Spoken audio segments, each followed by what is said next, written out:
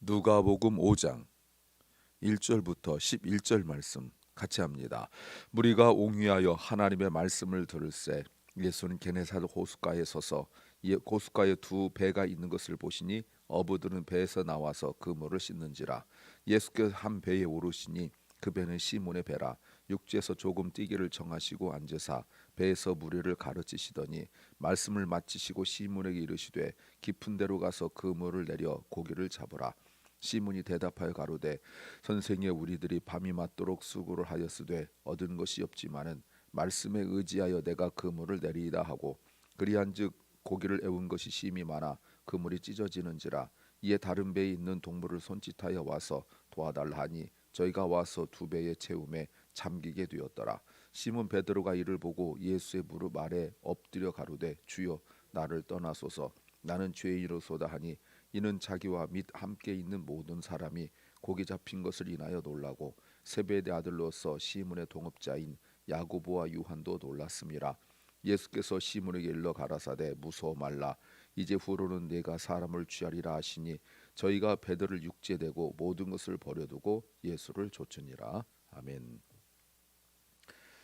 오늘 본문부터는 예수님께서 개인 사역을 하시는 것이 아니라 제자들을 부르시고 함께 사역하는 내용이 오늘 본문부터 이제 시작되어집니다.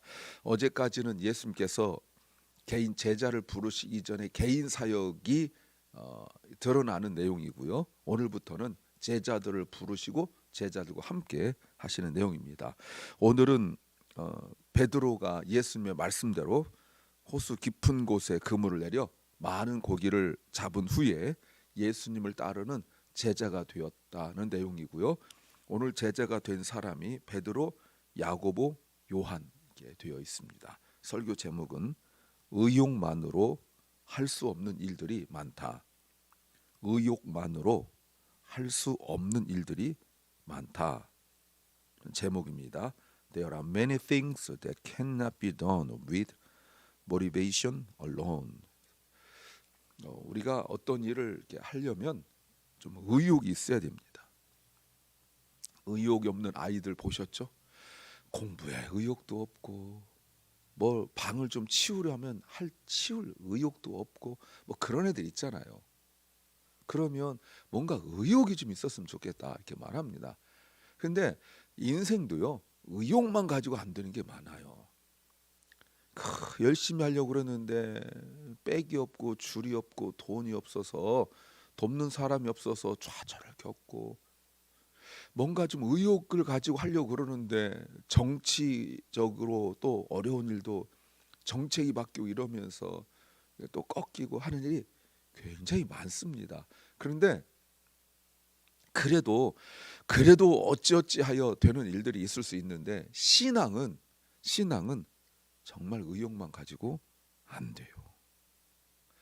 이게 신앙생활할 때 어찌 보면 가장 중요하고 큰 딜레마라고 말할 수 있습니다. 요걸 이제 깨달아야 되거든요. 어떤 것을 우리가 알아야 될까요? 첫째는 모든 일에 순서가 있다는 겁니다. 모든 일에는 order, 순서가 있어요. 게네사렛 호숫가에서 주님께서 복음을 증거하십니다. 혼자 하고 계시죠. 그런데 1절 말씀에 무리가 사람들이 정말 많았다고 말씀하십니다. 사람들이 예수님을 이렇게 애워싸고 있다라고 말해요. 이 사람들이 왜 왔을까요? 이 사람들은 그 앞에 본문과 연관지어서 보면 한 가지 목적밖에 없어요. 뭐냐면 병 고침을 받기 위한 거예요. 그게 육체적 질병이든 아니면 귀신으로 말미암은 질병이든 간에 한 가지 목적밖에 없어요. 그런데 분명히 예수님은 저들의 필요를 아시죠. 왜냐하면 이미 예수님께서 그 일을 하셨거든요. 4장 40절에 각색 병 앓는 사람들이 왔을 때 예수님께서 하신 거 보십시오.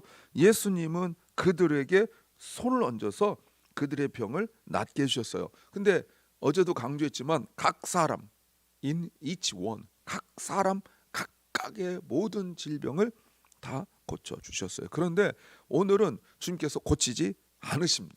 그리고 말씀을 전하시고 설교하시고 가르치세요. 물론 이것이 어제도 말씀드렸지만 예수님의 사역, 전도하는 것과 교육하는 것과 치유하는 것 중에서 말씀을 전하는 것이 예수님에게 매우 중요한 사역이죠. 그런데 왜 예수님께서 이들을 말씀으로만 가르치시고 그 수많은 어마어마한 사람들이 모였는데 왜 한 명도 고치지 않으시는가? 믿음이 없기 때문에 그렇습니다. 그러면 궁금하죠. 아니 4장 40절 온 사람들은 믿음이 있었단 말인가? 오늘 온 사람들은 믿음이 없었단 말인가? 뭘로 알죠? 온 걸로 알아요. 언제 왔느냐가 중요합니다. 이 본문만 나오면 마가복음에서도 제가 2장 3장에서 내내 강조했지만 와야 할 때 오지 않는 것, 이것은 어떤 것으로도 핑계가 될 수 없다는 겁니다. 뭐에 관한 거죠? 믿음에 관한 거예요. 믿음에 관한 것. 오늘 본문에 이들이 믿음이 없는 것은 마땅히 와야 할 때 오지 않고 몇 시간 늦게 온 것, 그것 때문에 그런 거예요. 뭔가 빨리 응답받고 싶고 내 문제 해결받고 싶어요. 내 주변에 그렇게 간증하고 증가한 사람들이 많이 있죠. 그래 나도 왔어요. 그런데 늦었어요. 이 늦은 것은 게으름의 문제도 아니고요. 이 늦은 것은 상황의 문제도 아니에요. 늦은 것은 믿음의 문제입니다. 믿음의 문제예요. 이른 아침 일찍이 왔지만 늦었어요. 그래서 말씀을 들어야 돼요. 그렇지 않고 이 상태 속에서 만약 고침을 받았다 그러면 그때는 좋지만 곧 예전으로 돌아갑니다. 우리도 막 기적을 경험했다, 은혜를 받았다 해놓고 얼마 조금 하다가 반짝하고 다시 예전으로, 내가 옛날에 그래서 옛날 얘기하는 분들 많잖아요. 왜냐하면 믿음 없이 문제만 해결되었기 때문에 그래요. 그것이 뭐 몇 달이 됐던 몇 년이 됐던 간에 믿음이 생기지 않으면 내가 몇 년 기도했어, 내가 몇 년 동안 이렇게 어떤 일을 했어라고 말하지만 그것은 믿음의 문제는 아닙니다.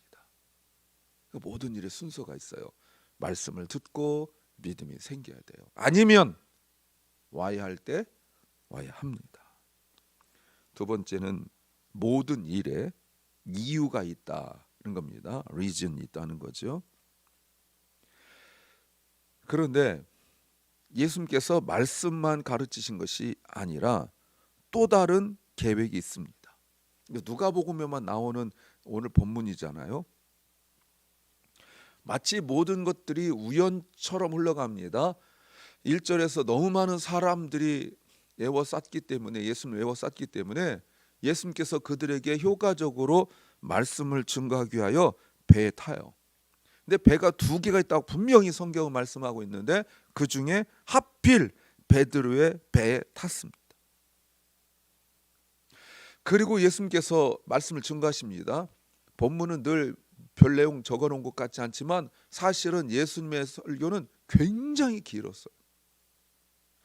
몇 시간이 들게 하셨어요. 예. 그러면 베드로가 오늘 꼼짝없이 말씀을 듣고 말씀에 순종하여 가서 이런 기적을 경험한 것은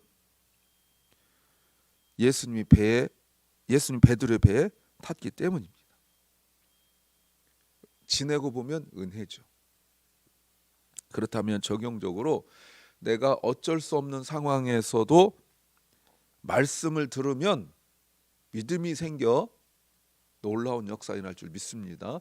오늘 어마어마한 사람들이 많이 몰렸고 배도 두 배나 있었고 오늘 보시면 다른 배에 있는 사람들도 있었고 막 동업자도 있고 이런 상황들 속에서 주님께서 베드로에게만 이런 기적을 베풀어 주셨어요.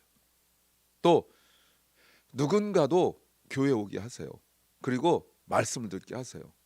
유튜브 말씀을 틀어놓고 설교를 듣게 하고 누군가에게 듣게 하세요. 그러면 그것이 직접 듣지 않더라도 누군가에게 역사가 일어날 수 있다는 것입니다.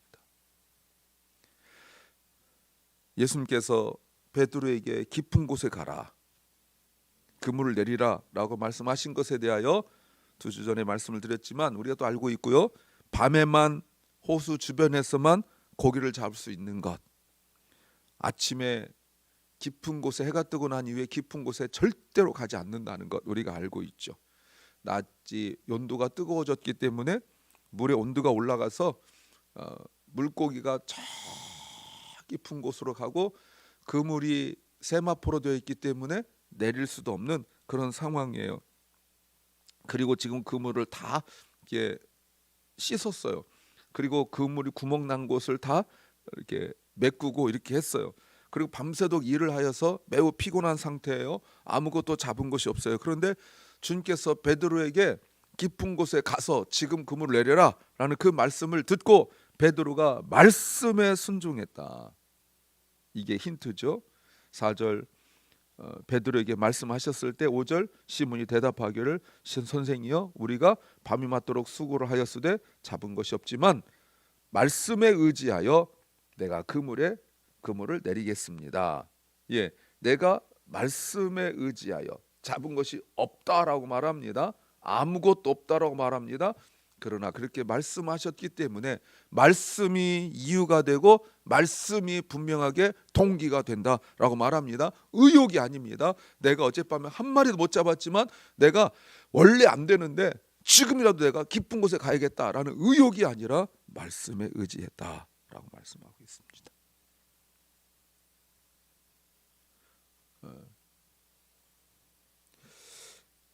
말씀이 아니면 깨닫지 못하는 게 있어요. 말씀으로 움직여야 깨닫는 것이 있어요.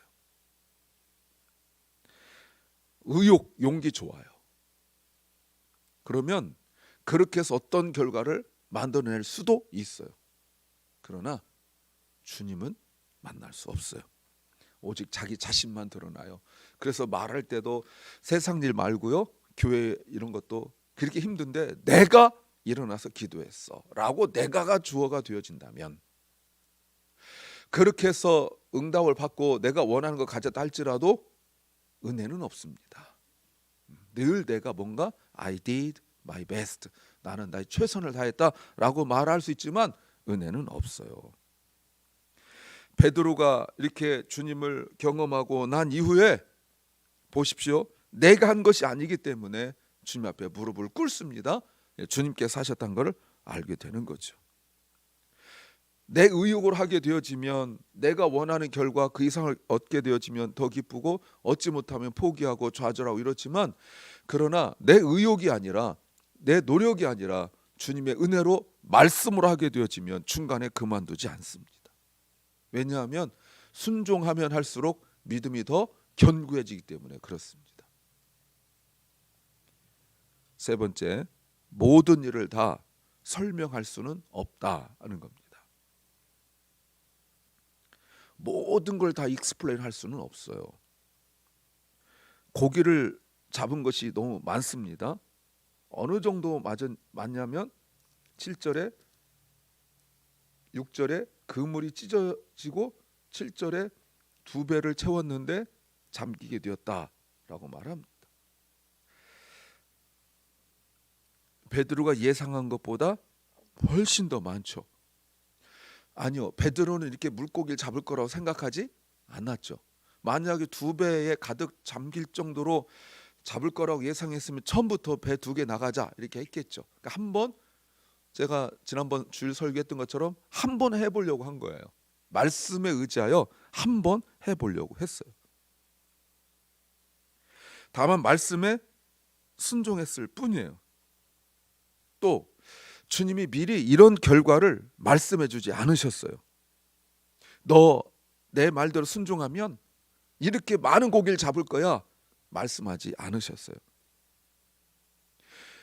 우리도 말씀에 순종할 때 뭔가 결과를 예측하고 판단하지 않아야 돼요. 말씀에 순종할 뿐이에요. 나중에 베드로가 이걸 간증한다면, 누군가에게 말한다면 내가 만약에 그런 것을 경험하여 누군가에게 말한다면 뭐라고 말하겠어요? 아까는 내가 일어나서 기도하고 내가 하다가 이제는 설명할 수가 없는 거예요. 예, 내가 한 건 뭐죠? 말씀에 의지하여 한번 해봤을 뿐이거든요.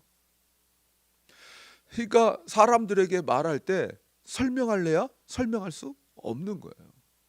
왜 깊은 곳으로 갔어? 여러분, 게네사렛 호수에 가에 사는 사람들은 다 아는 얘기거든요. 결코 깊은 곳에 안 간단 말이에요. 근데 묻습니다. 왜 깊은 곳으로 갔어? 말씀에 의지해서. 왜 밤이 아니라 해가 떠오르는 낮에 가서 그물을 내렸어? 게네사 호숫가에 사는 사람들 다 알거든요. 근데 뭐라고밖에 대답 못하죠? 말씀에 의지해서. 어떻게 그렇게 어마어마한 고기를 잡을 수가 있었어? 어떻게 설명하죠? 베드로가 어깨에다가 그물을 매서 던질 때 뭐 오른쪽 스냅을 쓰라는 등, 손목을 쓰라는 등, 아니면 던질 때 어깨를 돌려서 던지라는 등, 여러분 이렇게 내 기술, 스킬을 말할 수 있는 하우투를 방법을 말할 수 없단 말이에요. 왜? 말씀에 의지해서. 그러니까 신앙생활을 오래 하고 주님을 만난 사람들이 어떻게 그렇게 힘들고 어려운데 그렇게 기도할 수가 있었어요? 라고 말하면 내가 한 것이 없으니까 나를 움직일 수 있는 그 동기, 이유가 말씀이기 때문에 그렇게밖에 말 못하는 거예요. 그러니까 모든 것 속에 은혜가 있는 거죠. 안 그러면 내가 일어나야 돼. 그러니까 맨날 내가 안 되면 힘들고 하면 좋고 이런 식으로 되어지는 거예요. 마땅히 기도하고 지금 매어 달릴 때인데도 끊임없이 많은 이유가 생기는 것이 왜냐하면 내가 하려니까 그러는 거예요. 그 후에 8절, 주님이라고, 예수님 주님이라고 부르고 뭐라고 말합니까? 나는 죄인이라고 말해요. 그러면서 어떻게 하죠? 무릎을 꿇어요. 물고기 앞에 무릎 꿇고 환호성을 지르고 막 위로 던지고 이런 것이 아니라 주님 앞에 무릎을 꿇어요. 그랬을 때 10절, 그제서야 예수님께서 부릅니다. 여러분, 이제부터는, 여러분 보십니까? 이제부터는 네가 사람을 취하리라. 지금까지 과정, 말씀을 듣고 말씀에 순종하고 주님 앞에 무릎 꿇고 나는 죄인입니다라고 고백하고 이 신앙 고백이 있고 난 이후에 되어져요. 여러분, 5절에서 베드로가 잡은 것이 없다라고 말합니다. 잡은 것이 없다. 그런데 예수님께서 10절에 내가 사람을 잡으리라, 유일 캐치맨, 동일한 단어죠. 그랬더니 다 내려놓고 주님을 따라요. 보세요 여러분, 11절에 수많은 사람들이 있었고 똑같이 말씀을 들었습니다. 그랬죠? 똑같이 말씀을 드렸죠? 4절에 말씀을 마치셨다라고 말합니다. 그런데 여러분, 다 말씀을 들어도 말씀에 순종하여 기적을 경험한 사람은 한 명이다. 수많은 사람의 말씀을 들었지만 기적을 경험할 수 있는 믿음을 가진 사람은 한 명이다. 수많은 사람들이 말씀을 들었지만 주님이 부르신 사람은 적다. 그러면 오늘 어제 본문에 늦게 와가지고 조금 늦게 와서 믿음이 없어서 말씀을 내내 들었던 사람들은 오늘 말씀을 다 들었지만 믿음이 생겼을까요? 아니죠. 또 그저 말씀을 들은 거예요. 11절 보십시오. 모든 것을 버려두고 예수님을 따른다. 처음부터는 불가능하죠. 이미 여러분, 앞 본문에서 베드로는 자신의 장모가 열병에서 낫는 걸 알았어요, 몰랐어요? 알았어요. 그래도 안 돼요, 여러분. 보세요. 문제 해결됐는데 안 돼요. 베드로가 자신의 장모 때문에 기도했다는 내용은 없습니다. 그러나 늘 신경은 쓰였겠죠. 늘 걱정은 됐을 거예요. 베드로 아내가 뭐 누군지를 모르지만 친정 엄마가 힘들고 아프다 이렇게 하면 얘기하고 그러면 신경도 쓰이고, 어쩌면 물고기 잡은 것 중에서 좋은 것들은, 어떤 좋은 거는 이렇게 팔지 않고 자신의 장모님 그 가져다가 막 고아도 주고 이랬을 거예요. 또 누군가가 말할 때 이렇게 하면 이런 열병에 좋대라고 말하면 아마 그걸 구해다 주려고 뭐 애를 썼다라고 생각되어져요. 근데 예수님 만나게 되어지니까 그냥 단번에 해결되고 나잖아요. 그러면 여기서 무릎 꿇었어야 되잖아요. 안 됩니다. 여기서 주님, 저도 이 문제 있습니다, 해결해 주세요 해야 되잖아요. 안 됩니다. 다 과정이 있어요. 어마어마한 기적을 경험했어도 주님을 따르는 거 쉽지 않습니다. 자신의 문제, 자기가 감히 생각지도 못한 문제 해결됐지만 여전히 다시 물고기 잡으러 갑니다. 우리가 문제만 해결해 달라고 맨날 그렇게 생각해도 말씀의 자리에 있어야 됩니다. 그러다가 결단하고 순종할 때가 와요. 그때가 와요. 모든 걸 우리가 다 설명할 수는 없어요. 그러나 여러분, 말씀을 들으면서 믿음이 생기고 순종할 수 있는 믿음이 생겼을 때 결국 베드로에게 새로운 장, 새로운 챕터가 열리게 됩니다. 그리고 새로운 인생을 살게 되어지죠. 우리 인생에 이런 놀라운 일들이 말씀을 듣고 순종하면서 생기기를 소망합니다. 기도합니다. 주님, 우리가 말씀을 듣고 순종하여 우리 삶의 놀라운 역사, 새로운 장이 열리게 하여 주옵소서. 사랑하는 박오식 집사님, 주님께서 치유하여 주시고 또 상황이 점점 더 호전되어서 좋게 하시니 감사합니다. 온전히 깨끗하게 치유되게 하여 주시옵소서. 사랑 결란과 사랑하는 우리 자녀들이 말씀의 자리 어찌하든지 있게 하여 주시고 그 말씀을 듣게 하여 주시고 믿음이 생겨서 자기 인생에 또 경험에 있을 수 없는 놀라운 일들이 말씀 순종하여 얻을 수 있도록 은혜 베풀어 주옵소서. 오늘도 병중에 있는 연약한 성도들이 있습니다. 몸이 아프고 마음이 아픈 성도들이 있습니다. 주님, 은혜 베풀어 주시고 또 사업이나 또 가정이나 어려움을 겪고 있는 연약한 성도들이 있다면 주님께서 그 답답하고 공고함 속에서 애만타지 말게 하시고 주님 앞에 나와 말씀 듣게 하여 주옵소서. 오늘 하루 우리에게 주신 주님 감사합니다. 이 하루가 주님께 찬양과 영광을 돌려드리며 말씀 가운데 거하고 또 어려움을 당한 사람들을 돌아보며 기도하고 위로하는 하루가 되게 하여 주옵소서. 예수님 이름으로 기도하옵나이다. 아멘. 하늘에 계신 우리 아버지여, 이름이 거룩히 여김을 받으시오며 나라의 마옵시며 뜻이 하늘에서 이룬 것 같이 땅에서도 이루어지이다. 오늘날 우리에게 일용할 양식을 주옵시고 우리가 우리에게 죄 지은 자를 사하여 준 것 같이 우리 죄를 사하여 주옵시고 우리를 시험에 들게 하지 마옵시고 다만 악에서 구하옵소서. 대개 나라와 권세와 영광이 아버지께 영원히 싸움나이다. 아멘.